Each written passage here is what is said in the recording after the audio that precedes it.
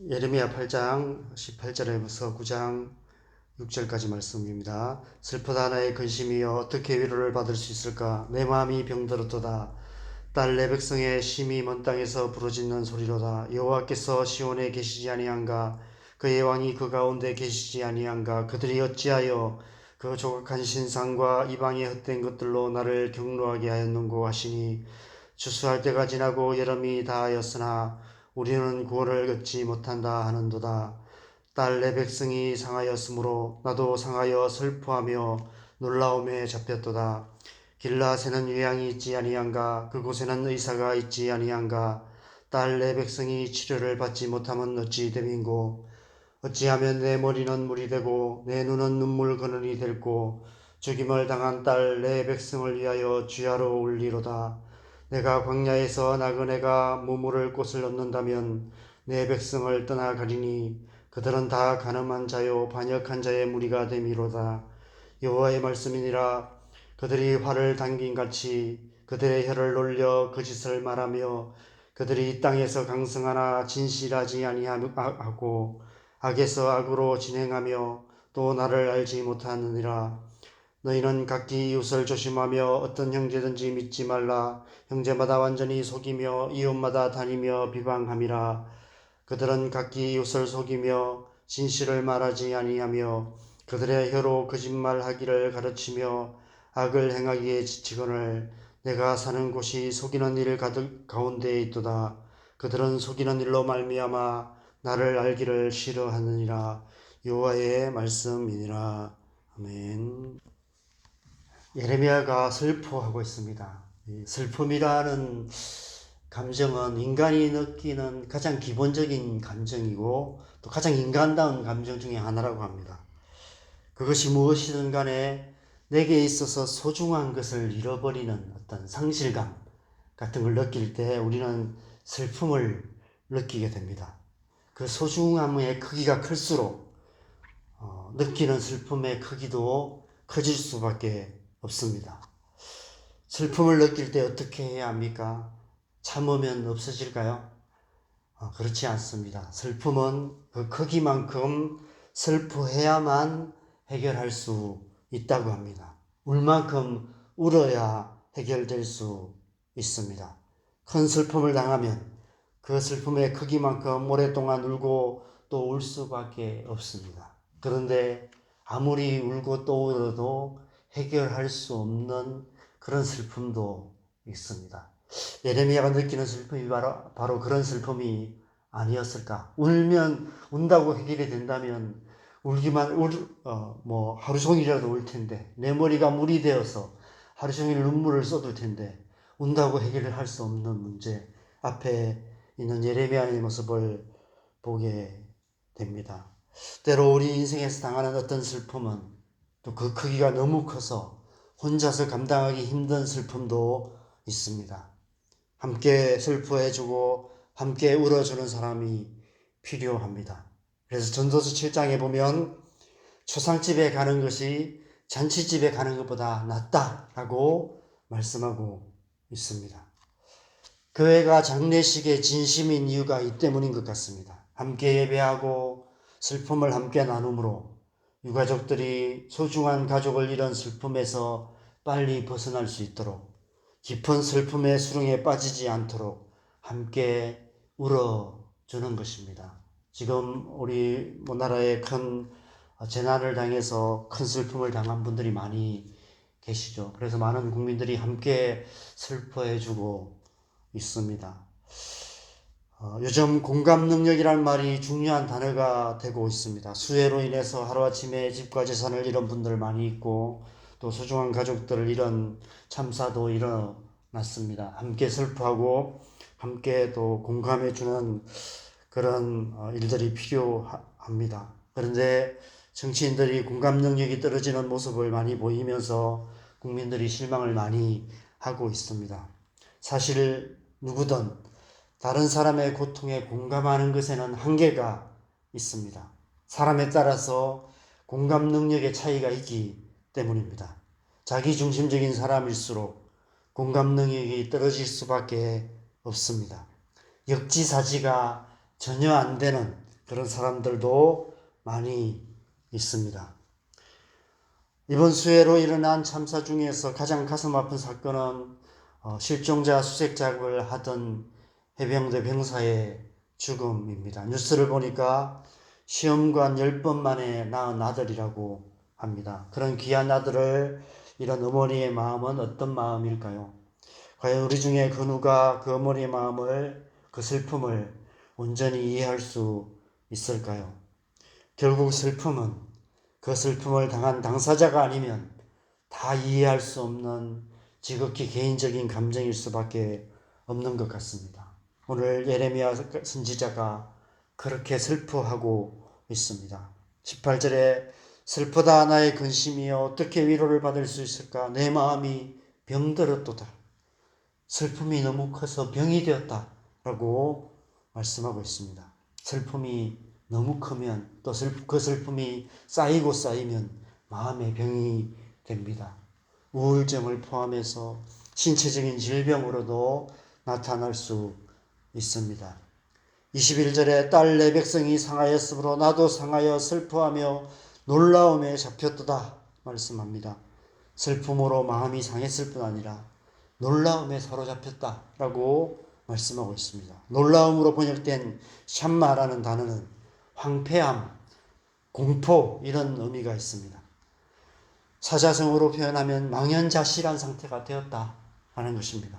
한순간에 너무 큰 슬픔을 당하면 사람이 멍해져서 눈물도 안 나오게 됩니다. 그럴 때 우리는 넋이 빠졌다 이렇게 표현하기도 합니다. 그래서 9장 1절에 이렇게 표현하고 있습니다. 어찌하면 내 머리는 물이 되고 내 눈은 눈물 근원이 됐고 죽임을 당한 딸 내 백성을 위하여 주야로 울리로다.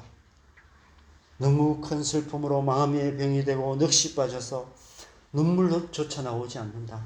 울고 싶어도 울 수조차도 없다라고 말씀하고 있는 것입니다. 이 예레미야 슬픔을 우리가 어떻게 공감할 수 있겠습니까? 그 누가 함께 슬퍼해 줄 수 있겠습니까? 그는 선지자였습니다.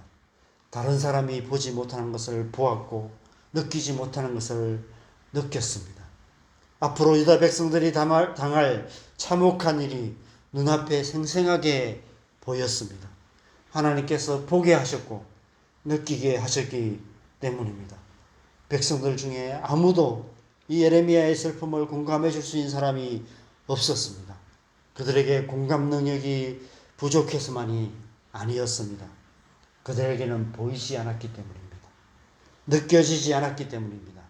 아무리 예레미야가 하나님의 심판의 참혹함을 눈물로 호소해도 그들은 전혀 공감할 수 없었습니다. 설마가 사람 잡는다는 속담이 있는데 그들은 설마라고 생각했던 것 같습니다.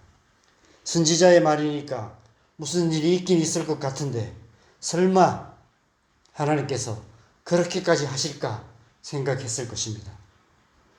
여호와의 성전이 있는 예루살렘에 설마 그런 일이 일어나겠어?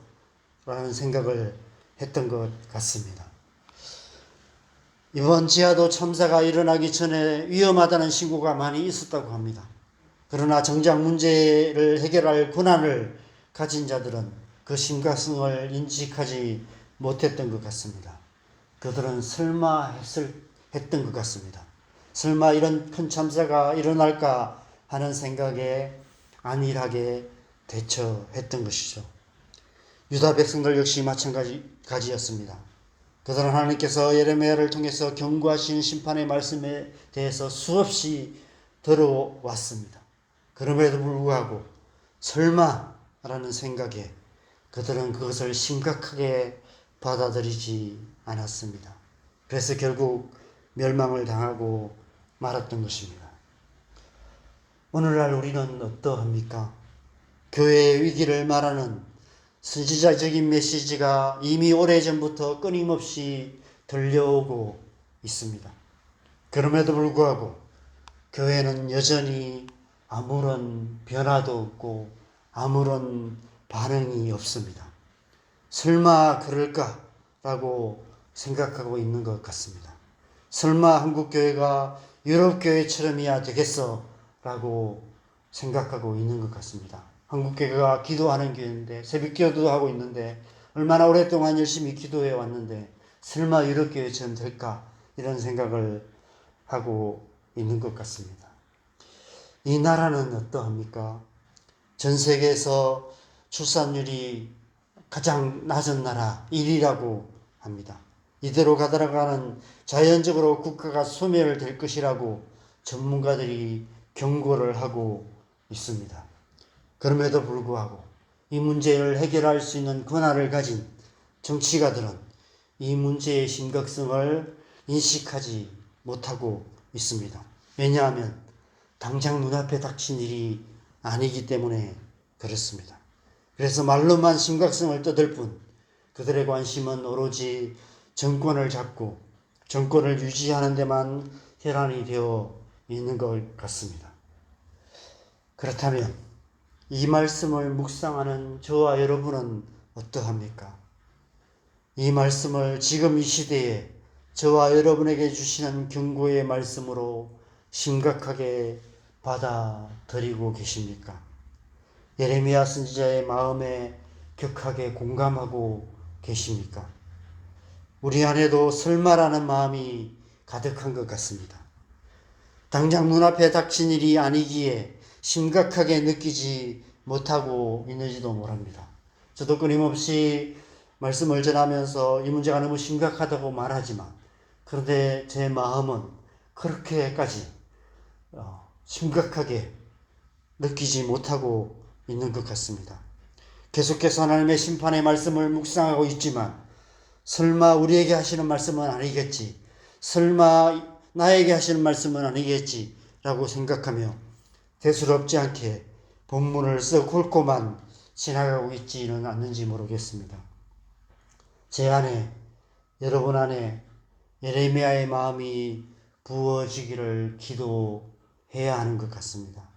예레미야에게 부어졌던 하나님의 마음을 우리에게 부어주시도록 기도합시다. 이 시대를 사는 저와 여러분을 향한, 우리의 가정과 우리의 자녀들을 향한, 우리의 교회와 이 땅의 교회들을 향한, 그리고 이 나라와 이 민족을 향한 하나님의 마음을 우리 안에 부어주시기를 기도해야 합니다. 그 마음으로 기도해야 할 때인 것 같습니다. 그 마음이 부어질 때 우리 또한 예레미야처럼 새벽마다 눈물로 기도하게 될 것입니다. 저와 여러분의 기도가 하나님의 마음에 합한 기도가 될 것입니다. 저와 여러분의 기도를 통해서 하나님께서 이 땅을 고치고 이 나라를 고치실 줄 믿습니다. 거짓으로 가득한 하나님의 백성임에도 불구하고 하나님을 알지 못한다라고 탄식하며, 하나님을 알지 못하기 때문에 그들이 서로 각기 이웃에게 거짓을 말하고 있고, 그래서 너희는 너희끼리도 서로 믿지 말라라고 말씀하시는 이런 시대, 우리가 이런 시대를 살아가고 있습니다.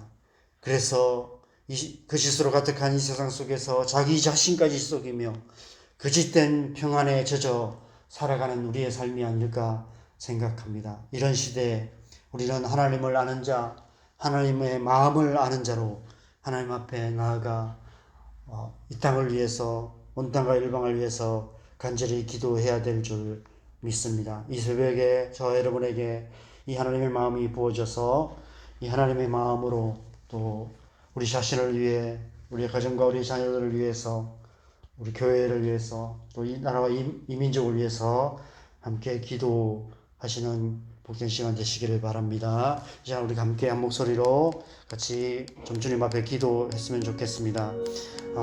먼저 우리 자신을 위해서 기도합시다. 하나님, 우리 안에 하나님 아버지의 마음, 이 예레미야에게 주셨던 이 하나님의 마음, 이 시대를 향한 하나님의 마음을 부어주셔서 하나님, 우리가 하나님의 마음으로 기도하게 하여 주시옵소서. 우리의 가족, 우리의 자녀들을 위해서 기도하게 하시고, 무엇보다도 우리 교회, 이 땅의 교회들을 위해서 기도할 수 있도록, 이 땅의 교회가 변화되어져야 이 나라, 이 민족이 변화될 줄 믿습니다. 이 땅의 교회들 가운데 하나님의 부흥을 주시도록 하나님의 마음 부어주셔서 이 땅의 백성들이 예레미야의 마음을 품고 또 이 나라와 열방을 위해서 기도하는 그런 교회 될 수 있도록, 그래서 하나님 교회가 다시 한번 새롭게 회복되어져서 교회를 통해서 이 나라가 변화되어지고 온당과 열방 가운데 하나님 나라가 이루어질 수 있도록 우리 주님 앞에 간절히 기도하시고자 이렇게 기도하시다가 돌아가시면 되겠습니다. 함께 기도하겠습니다. 하나님 아버지, 이 새벽에 우리가 주님의 은혜를 구하며 주님 앞에 간구합니다. 주님, 우리에게